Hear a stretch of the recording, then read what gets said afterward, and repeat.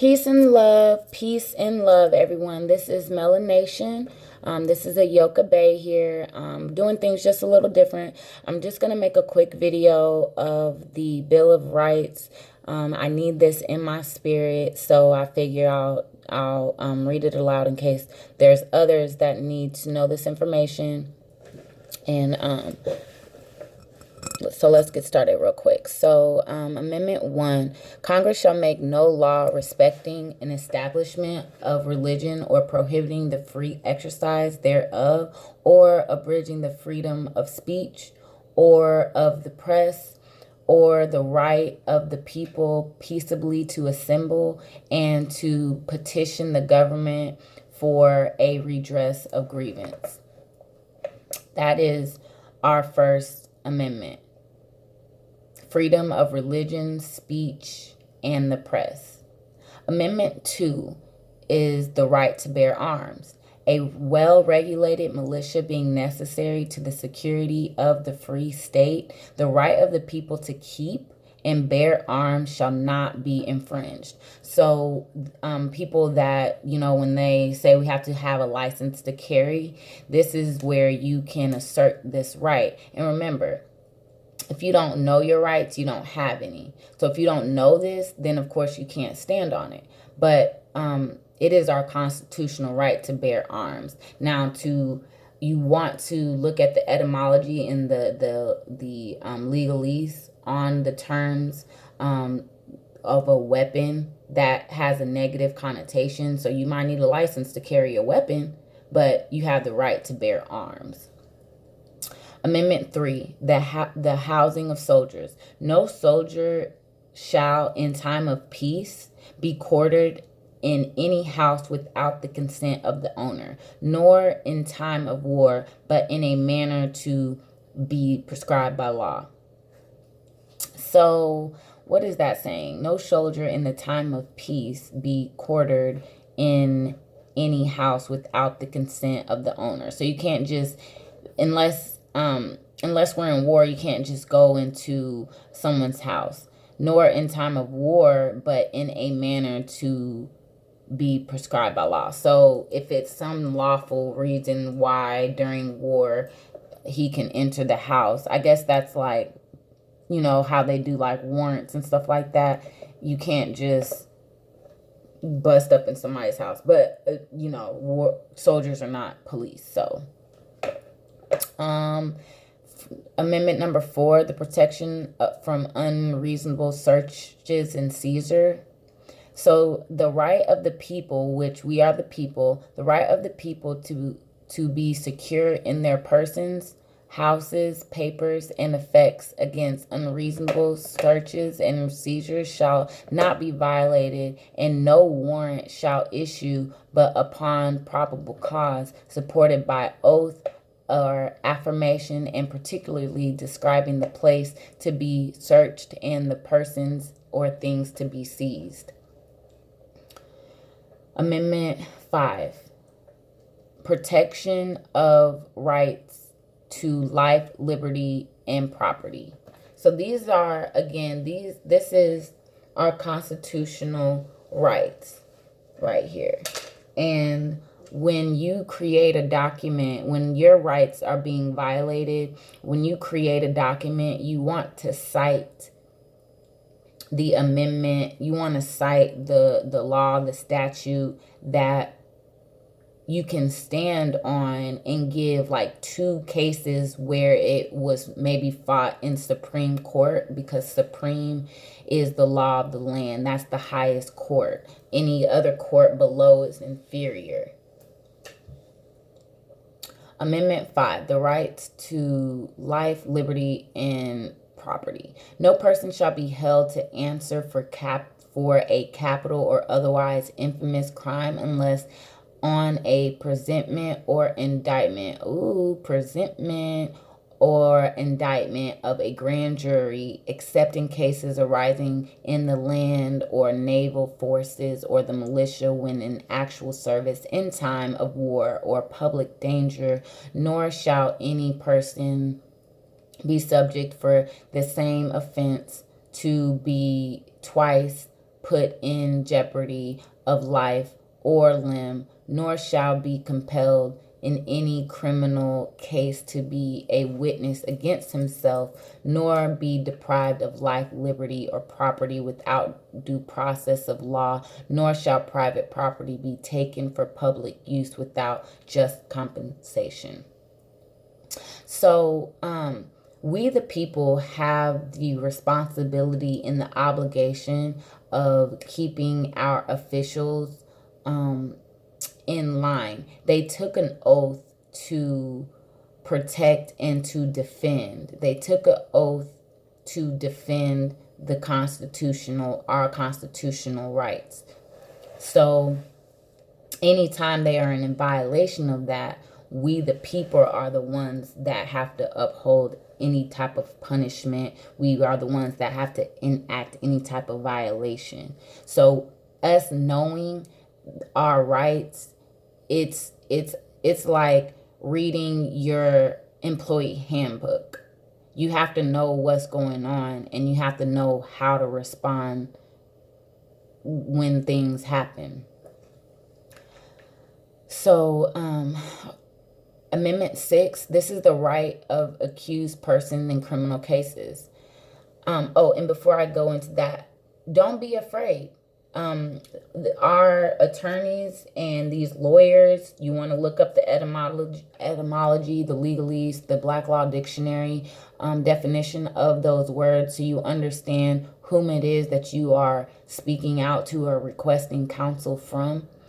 They're people just like you and I. They're people just like you and I that have taken the time to read the law, read these law books, read these amendments, understand the law. So then when you go to them, they can stand on the law. All this stuff is public knowledge. They have law libraries. We have access to this information. You don't have to use an attorney. If you know the law, you can stand on it yourself. If you know your rights, you can assert them. You can peacefully protest. You can assert your rights. Now, this is not legal advice by any means. This is for entertainment purposes only. I'm just letting you see that this information you have access to, and once you have this in your intellectual property, you can call on it at any time. So Amendment number 6, in all criminal prosecutions and the accused shall enjoy the right to a speedy and public trial by impartial jury of the state and district where the crime shall have been committed, which district shall have been previously ascertained by law, and to be informed of the nature and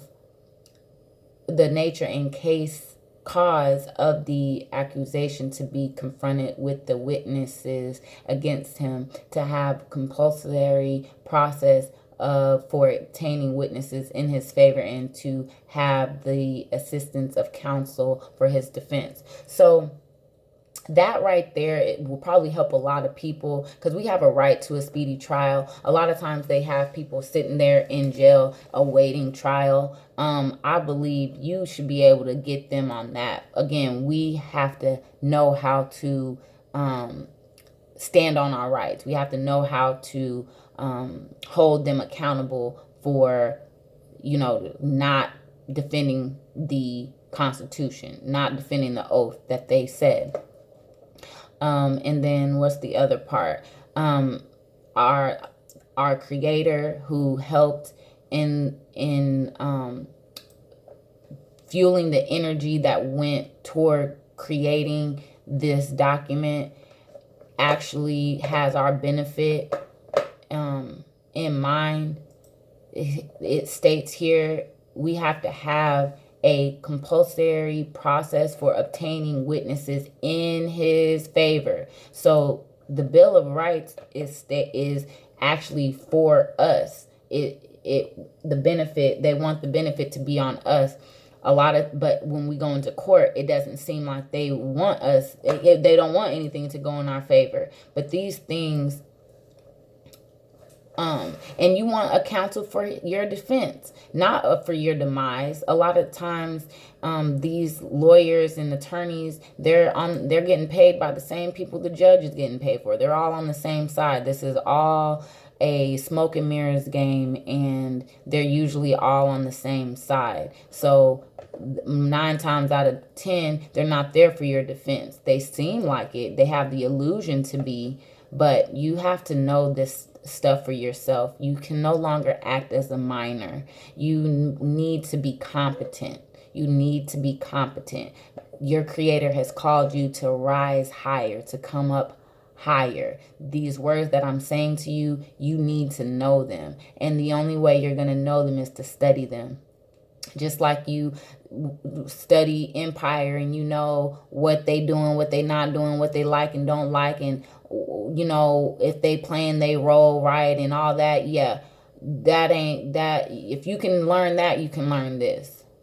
You have to train your mind to want it. You speak to your mind and you tell it to pay attention. You tell it to focus. You have control over your body. Don't let your body control you. Oh, I'm sleepy. Or like, oh, I keep, my mind, I just don't. That is a lie from the pits of hell. That is a lie, lie, lie. You were given a sound mind and a sound body by your creator. You are to understand this information. You were given the power and authority, and here is your handbook. Okay, getting off my soapbox. Amendment 7, the right in a civil case. In suits at common law where the value in controversy shall exceed $20. In suits at common law where the value in controversy shall exceed $20, the right of trial by jury shall be preserved, and no fact tried by a jury shall be otherwise re-examined in any court of the United States than according to the rules of common law. Amendment 8.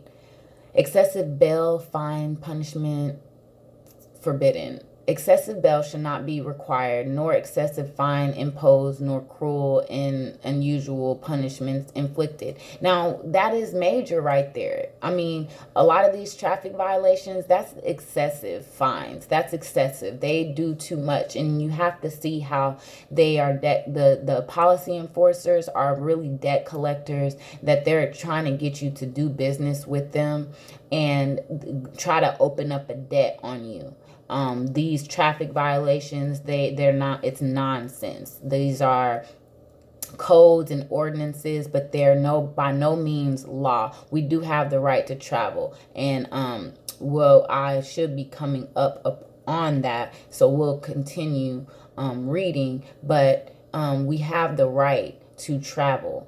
Not necessarily drive, but to navigate and travel. And when you use the right terminology, then you get put in a better position.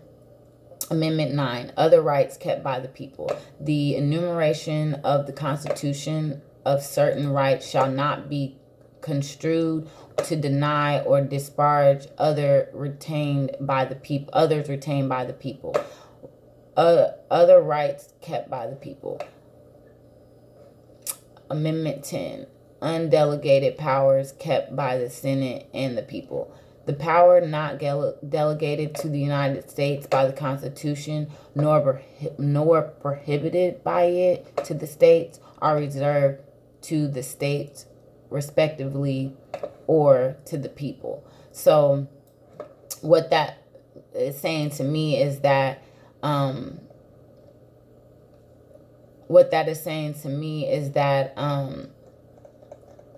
look, now I got to go back because I forgot that quick.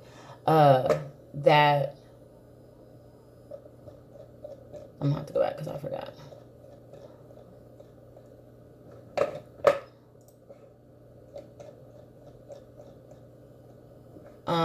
So basically, if they didn't already assign that power to the United States by the Constitution, and then the Constitution didn't say, hey, that's not something that we're gonna do, as long as it hasn't already been a power assigned, then it's reserved for the people to uphold. Amendment 11, the authority of federal court. The judicial power of the United States shall not be construed to extend to any suit in law or equity commenced or prosecuted against one of the United States by citizens of another state or by citizens or subjects of the foreign state. Amendment 12, election of president and vice president. It's going to be boring. The electors shall meet the respective states and vote by ballot for president and vice president, one whom at least shall not be an inhabitant of the same state with themselves. They shall name in their ballots their person voted for as president. The person having the greatest number of votes as vice president shall be vice president. Amendment 13, slavery outlawed. Neither slavery or involuntary servitude, except as a punishment for a crime whereof the parties shall have been duly convicted, shall exist within the United States or any place subject to their jurisdiction.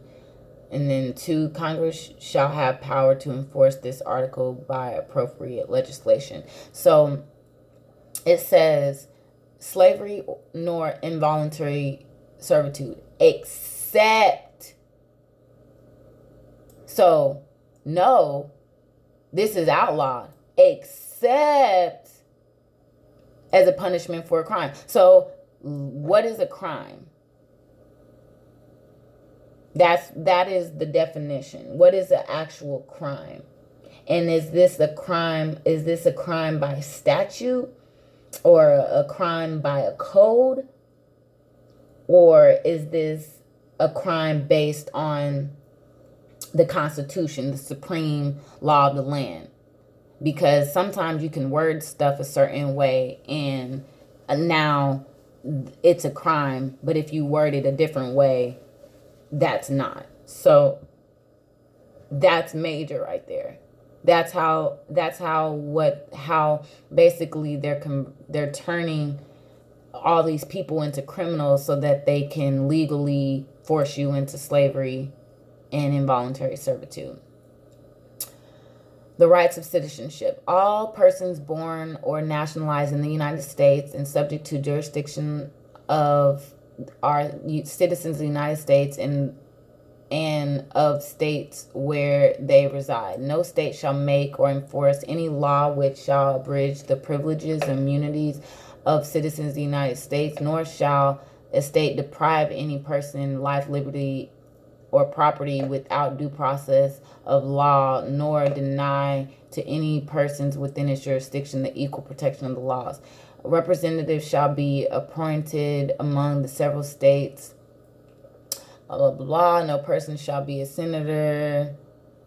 The validity of public debt of the United States authorized by law, including debts incurred for payment of pension and bounties for services in suppressing insurrection or rebellion, shall not be questioned, but neither the United States nor any state shall assume or pay any debt or obligation incurred in aid of insurrection or rebellion against the United States of any claim for loss of emancipation of any slave.